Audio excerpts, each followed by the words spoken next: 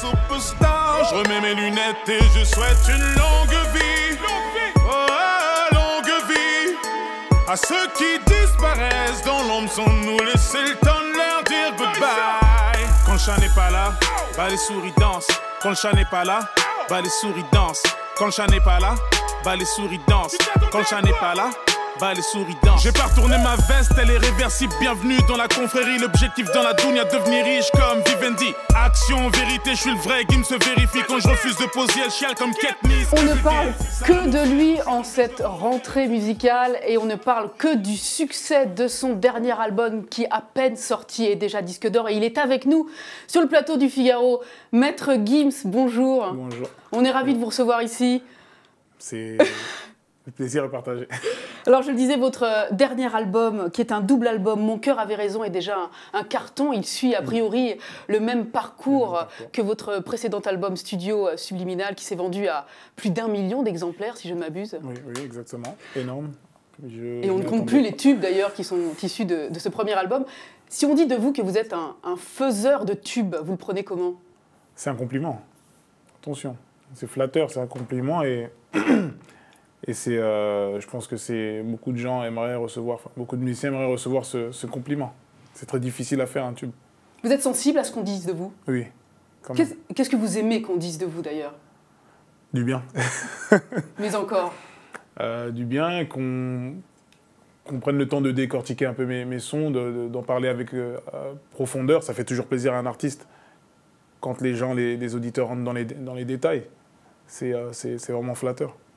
Vous voulez qu'on reconnaisse quoi, en fait, chez vous, essentiellement? Que je me prends la tête, j'ai envie de dire, que je me prends la tête, que je chante pas, c'est-à-dire que je chante pas pour plaire à un public ou un autre, ou pour les enfants ou pour les femmes, que je fais ce que j'aime et que je me prends vraiment la tête je donne le meilleur de moi-même. C'est vraiment ça, c'est tout. Alors, en quelques années, vous êtes devenu ce qu'on appelle un artiste populaire. Avoir aujourd'hui l'image d'un rappeur millionnaire, est-ce que ça vous embarrasse pas un petit peu? Pour les rappeurs, pour certains rappeurs, je ne suis plus un rappeur. Donc, et pour les gens, pour le nouveau public, comme je l'appelle, les autres, ceux qui me découvrent, je suis un rappeur. Donc je suis un peu... On va juste préciser pour peut-être les gens qui vous découvrent ou qui ne vous connaissent pas bien que vous avez... démarré, ou en tout cas dans le rap authentique, dans le rap dont certains disent que c'est le rap pur et authentique, voilà. Avec Section d'Assaut.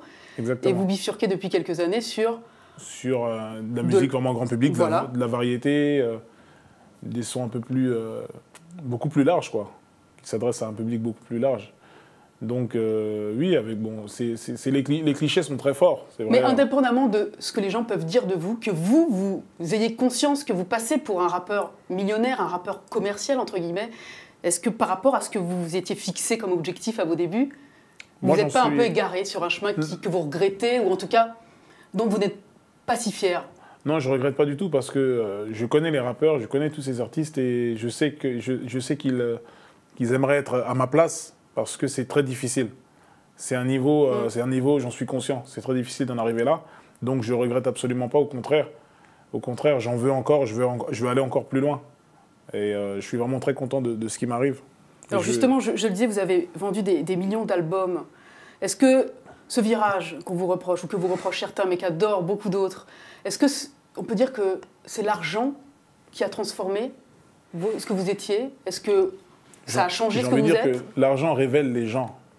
En vérité, il ne transforme pas les gens. L'argent ne transforme pas les gens, ça révèle les gens. Donc ça vous aurait changé, vous, mais dans le bon sens? Oui, je pense que ça m'a changé dans le bon sens et je pense que je pense pas que l'argent m'ait rendu méchant ou méprisant ou arrogant. Je ne pense pas.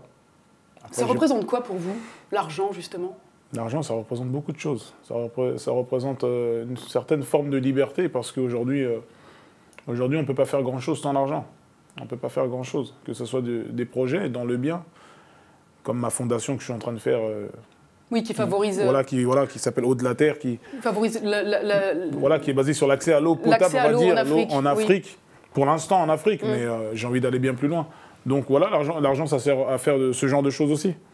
Et par rapport à la façon dont vous gérez votre quotidien, votre entourage, l'évolution que vous avez vécue en partant. Effectivement, vous êtes né à Kinshasa, en République démocratique du Congo, vous êtes arrivé en France très jeune. Très jeune, ouais. Vous avez été élevé dans un milieu extrêmement modeste. Ouais. Aujourd'hui, vous êtes à la tête d'une fortune. Vous êtes vous-même businessman, à la tête d'une marque Vortex que vous portez aujourd'hui. Ouais.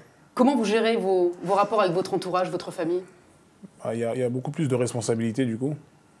Beaucoup plus de responsabilités. Beaucoup de spéculation aussi, hein, beaucoup de spéculation. Et c'est deux fois plus de travail. Parce que le plus grand des sociétés, j'ai envie de dire, à gérer, si je peux faire une comparaison, c'est la famille, c'est quelque chose de difficile à gérer, c'est plus dur qu'une entreprise. Donc il faut gérer les émotions, les sentiments, les gens. Et ça n'a pas changé vos rapports avec eux? Ça n'a pas changé les rapports. Ça a changé, oui, mais parce que maintenant, je suis pas l'aîné de ma famille, mais c'est tout comme maintenant. Quand tu atteins un certain niveau, tu deviens l'aîné, entre guillemets. Alors, on essaie d'aider tout le monde. Je pense que ma mère, j'ai pas envie de la voir travailler, ou ça y est, elle a atteint un certain âge où je me permettrai pas de lui dire je vais te trouver du travail et tu vas bosser. Donc moi, ça me fait plaisir qu'elle se tourne les pouces, entre guillemets. J'aime la savoir devant la télé, regarder les émissions, et chaque mois, si je peux lui verser quelque chose, moi, c'est un honneur. Je le rappelais, vous avez un parcours, on va dire, extraordinaire, et j'ai lu que vous travaillez actuellement sur une autobiographie. Exactement. Pourquoi cette urgence de publier une autobiographie de vous alors que vous n'avez que 29 ans, c'est ça? 29 ans. C'est vieux. C'est pas vieux du tout. C'est au contraire très surprenant. Moi, ça me fait peur, ça va vite. Pourquoi alors? Je sais pas, j'ai 29 ans, je me dis, purée, le temps est passé quand même. Dans ma tête, j'ai 24 ans. Bref. Non, c'est pas une urgence. En fait, je fais tellement peu d'apparitions en télé, je suis pas très à l'aise. Je fais très peu d'apparitions, je fais pas énormément d'interviews, donc on n'en sait pas beaucoup sur moi. Et les gens, je sais que les gens sont très curieux et j'ai beaucoup de fans, beaucoup de jeunes, beaucoup de gens qui aimeraient suivre mes pas, etc. Et je pense que c'est intéressant de le raconter dans un livre.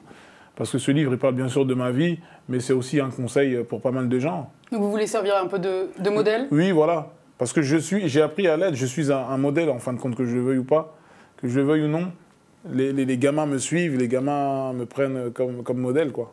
Et je me dis que ce livre, il peut être bien. Et j'avais aussi envie d'écrire un peu, de parler. Je parle jamais. Donc, j'avais envie de raconter aussi ma vie, partager un peu ma vie avec les gens. Revenons à cet album, Mon cœur avait raison. Donc, c'est un double album, je le disais. Vous avez fait une distinction entre un premier CD qui est, comme on le disait tout à l'heure, plus pop, urbaine. Pop, exactement. Donc, que vous avez appelé Pilule Bleue. Et puis, l'autre CD, c'est Pilule Rouge. Pilule Rouge. Qui est du rap plus dur. Plus dur, exactement. Voilà. C'est sur le premier CD, le bleu, qu'on reconnaît effectivement tous vos talents de chanteur, puisque c'est ce que vous êtes à la base. Vous avez même dit que c'était beaucoup plus naturel pour vous de chanter que de rapper. Alors j'ai lu quelque part que quand vous étiez ado, vous aviez repris du Pavarotti dans un centre de loisirs où vous étiez. Est-ce que pour nous, vous pourriez chanter un tout petit peu d'un bel canto de Pavarotti, du Verdi, du Puccini? C'est du charabia que je faisais, c'est du charabia, je connais pas les paroles. Je connais pas les paroles, je connaissais pas les paroles, c'est du charabia, franchement, ce serait un massacre, un sacrilège. Vous pouvez pas faire du yaourt en bel canto? Ou du bel canto en yaourt? Ça faisait... Oh, moi, il va mieux, bref. Très bien. Merci beaucoup, Maître Gims, d'être passé au Figaro nous parler donc de ce dernier album qui cartonne déjà, qui est disque d'or, qui s'appelle Mon cœur avait raison. Yes. Et on vous suivra évidemment sur les réseaux sociaux et les informations que vous donnez à travers Facebook et Twitter sur votre succès et les événements qui vous concernent. Merci beaucoup. Merci. Merci à vous.